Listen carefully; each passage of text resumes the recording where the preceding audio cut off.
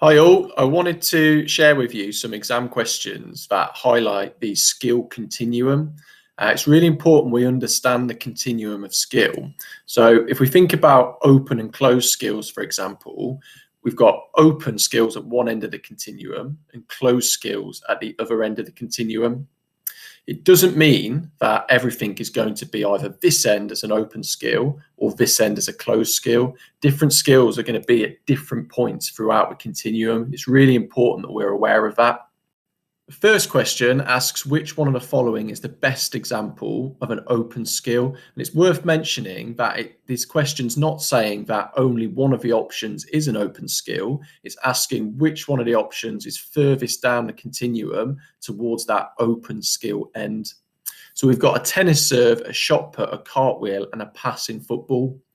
Open skills take place in an unpredictable environment, so they're changing every time you do them.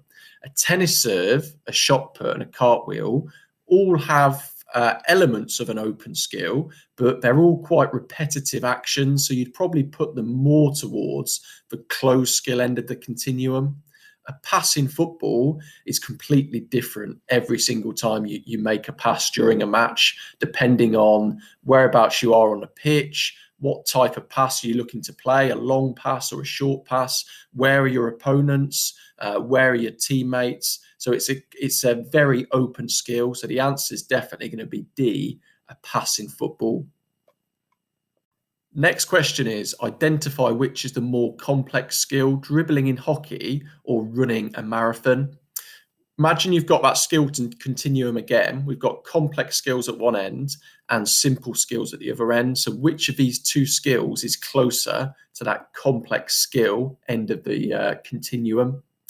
Well, running in a marathon is a very simple skill. So even if you stopped concentrating and lost focus, you still should be able to maintain that stride pattern. Dribbling in hockey is a bit more complex in nature, because if you switched off and stopped focusing and lost your concentration, you're likely to make a mistake. So the answer is going to be dribbling in hockey.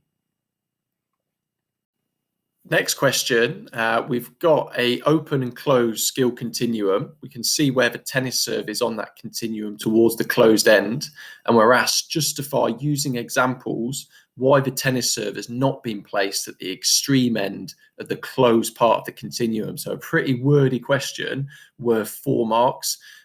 So we're basically being asked, why isn't a tennis serve completely closed? Why has it got some open skill elements? And this is one of those questions, unless you know a bit about tennis, it's going to be hard to answer. So it shows us how important it is to have an all-round interest and knowledge of sport if we're taking GCSE PE. So 4 marks available, so we need 4 points, and I would go with the tennis serve isn't a completely closed skill because the player has some choice in where they stand at the start of the serve, so they can change the position as long as they're along the baseline. They can change their position of where they serve from.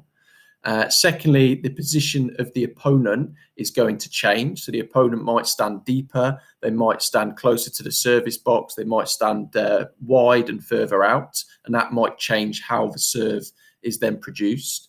Thirdly, the action is going to change very slightly depending on whether the server is going for power or whether they're trying to put spin on the serve or whether they're trying to change the position of where they're serving the ball.